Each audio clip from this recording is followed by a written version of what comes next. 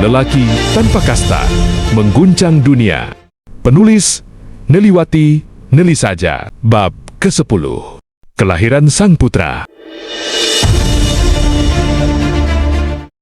Desma sudah pindah ke warungnya yang baru. Bersamanya kini telah tinggal ibu tua yang ternyata bernama Ibu Aisyah. Desma menganggap Ibu Aisyah seperti ibu kandungnya sendiri. Kini, Ibu Aisyah tidak kumal dan lusuh lagi. Desma membelikan beberapa potong pakaian untuknya. Selain itu, Desma juga melarang Bu Aisyah memanggil namanya dengan imbel-imbel ibu.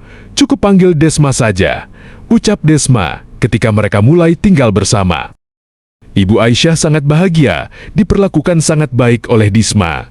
Ia merasa punya keluarga sekarang. Hidupnya yang biasa sunyi tanpa perhatian, kini telah berubah. Sebuah kehidupan yang tidak pernah terbayangkan olehnya sebelumnya.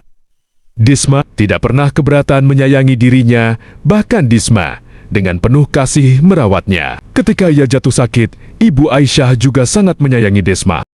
Bulan ke bulan perut Desma nampak semakin membesar. Ibu Aisyah terkadang merasa sudah tidak sabar menanti calon cucunya. Di setiap selesai melaksanakan sholat fardu dan sunnah, ia tidak pernah lupa berdoa agar Desma melahirkan seorang anak yang baik budi serta pintar. Tidak jarang pula Ibu Aisyah melantunkan ayat-ayat suci Al-Quran di hadapan perut Desma yang semakin membuncit.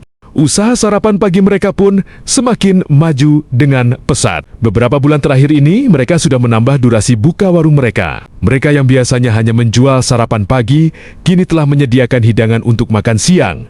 Sore hari, barulah mereka menutup warung dan beristirahat. Dan setelah melaksanakan sholat maghrib, mereka berdua mulai menyiapkan menu untuk sarapan yang akan dijual esok paginya. Porsi makanan untuk kaum duafa bertambah banyak pula. Para gelandangan dan beberapa anak jalanan di sekitar itu mendapat jatah makanan setiap hari. Iringan doa semakin membanjiri kehidupan Desma dan Ibu Aisyah. Koko Cina, si pemilik warung, juga nampak sangat senang melihat kemajuan usaha Desma. Tidak jarang ia mampir untuk sekedar membeli makanan dan memberi sedikit nasihat. Desma merasa hidupnya dikelilingi orang-orang yang punya cinta kasih. Walaupun tidak tinggal di rumah megah, namun Desma merasakan kebahagiaan yang tiada taranya. Desma juga tak henti bersyukur. Dalam sujudnya, ia selalu berdoa agar diberikan kemudahan dalam membantu sesama. Namun di balik ketenangan hidupnya, Desma tetap merindukan Tuan Junara. Terkadang air matanya menetes bila melihat Tuan Junara tampil di layar televisi. "Oh Mas, anak kita akan segera lahir," rintih Desma Peri.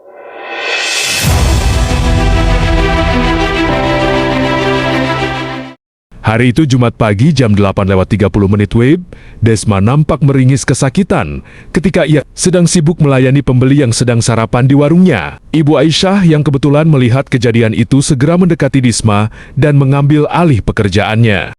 "Sana, pergi ke kamar mandi. Coba lihat apa sudah ada tanda-tanda melahirkan," perintahnya kepada Desma. Desma mematuhi perintah Ibu Aisyah. Ia meninggalkan pekerjaannya dan masuk ke kamar mandi. Di celana dalamnya, Desma melihat ada darah bercampur lendir. "Ibu," teriak Desma sedikit histeris. Ia ketakutan karena ini adalah pengalaman melahirkan pertama bagi dirinya. Ibu Aisyah terlonjak kaget mendengar teriakan Desma. Ia pun segera menghambur ke ruangan dalam dan menuju pintu kamar mandi yang tertutup. "Ada apa Desma? Apa sudah ada tanda-tanda?" Ibu Aisyah bertanya dari luar. "Ada darah bercampur lendir, Bu," pekik Desma. Dari dalam, ia segera membuka pintu kamar mandi dengan wajah panik. Wajah Ibu Aisyah nampak sumringah. Dengan kedua tangannya ia membimbing Desma. "Keluar dari kamar mandi, itu tandanya beberapa jam lagi kamu akan melahirkan Desma," kata Ibu Aisyah, tersenyum. Desma melakukan apa yang diperintahkan Ibu Aisyah kepada dirinya. Ia mulai berjalan perlahan di sekeliling ruangan. Semakin lama, rasa sakit semakin terasa melilit. Desma tidak henti-hentinya menyebut asma Allah dan meminta agar dimudahkan dalam proses melahirkan. Pukul 10.00 pagi, tepat Ibu Aisyah menutup warungnya. Ia memerintahkan Desma memesan taksi online untuk mengantarkan ke rumah sakit terdekat. Beberapa saat kemudian, taksi yang dipesan sudah tiba di depan warung Desma. Desma dan Ibu Aisyah bergegas masuk. Di sepanjang perjalanan Desma nampak meringis, menahan sakit. Keringatnya membasahi badan dan keningnya. Ibu Aisyah menyeka keringat di kening Aisyah. "Sabar ya nak, jangan lupa terus berzikir menyebut nama Allah," kata Ibu Aisyah. 20 menit kemudian mereka sudah sampai di halaman rumah sakit. Beberapa perawat membantu Disma turun dari taksi. Desma dibawa ke ruang persalinan dengan menggunakan kereta dorong. Ibu Aisyah tidak diperkenankan masuk. Ibu Aisyah dipersilahkan menunggu di sebuah kursi panjang di ruang tunggu.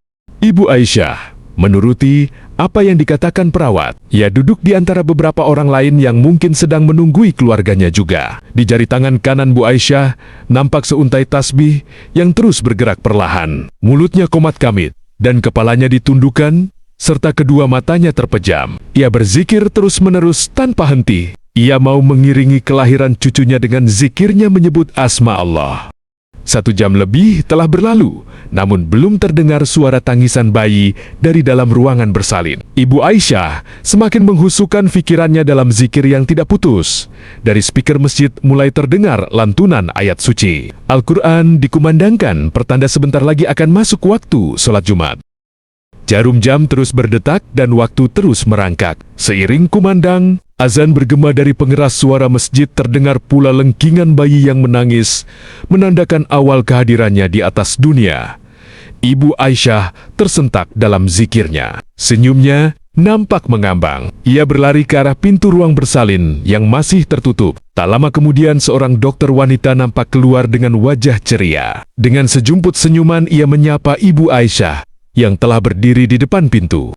"Selamat, cucu ibu laki-laki. Keadaannya sehat, tidak kurang satu apapun," ujar dokter itu kepada Ibu Aisyah. Ibu Aisyah girang, bukan alang kepalang. Dari mulutnya terdengar rentetan kalimat syukur kepada Allah. "Terima kasih dokter. Bolehkah saya melihat cucu saya?" tanya Ibu Aisyah semakin tidak sabar. Matanya berlinang karena haru bercampur bahagia. "Sabar Bu, bayi dan ibunya sedang dibersihkan dulu," sahut si ibu dokter ramah dan memegang bau Ibu Aisyah. Ibu Aisyah mengangguk dan kembali mengucapkan terima kasih. Dokter cantik nan ramah itu mengangguk dan tersenyum lalu meninggalkan Ibu Aisyah yang masih menunggu di depan pintu. Sekitar 10 menit menunggu, akhirnya seorang perawat mempersilahkan Ibu Aisyah masuk. Dengan langkah bergegas, Ibu Aisyah memasuki ruang persalinan. Di sana ia melihat Desma sudah nampak agak segar dan di tangannya ia menggendong bayi yang sudah dibungkus kain bedong. Ibu Aisyah menghampiri dan mengulurkan kedua tangannya untuk mengambil bayi merah itu dari pelukan Desma. Desma memberikan bayinya kepada Ibu Aisyah. Ibu Aisyah memandangi wajah cucunya yang tampan dan berhidung mancung serta berkulit bersih. "Selamat datang cucuku," bisiknya dengan air mata berlinang. Desma yang melihat keharuan Ibu Aisyah juga larut dalam tangis kebahagiaan.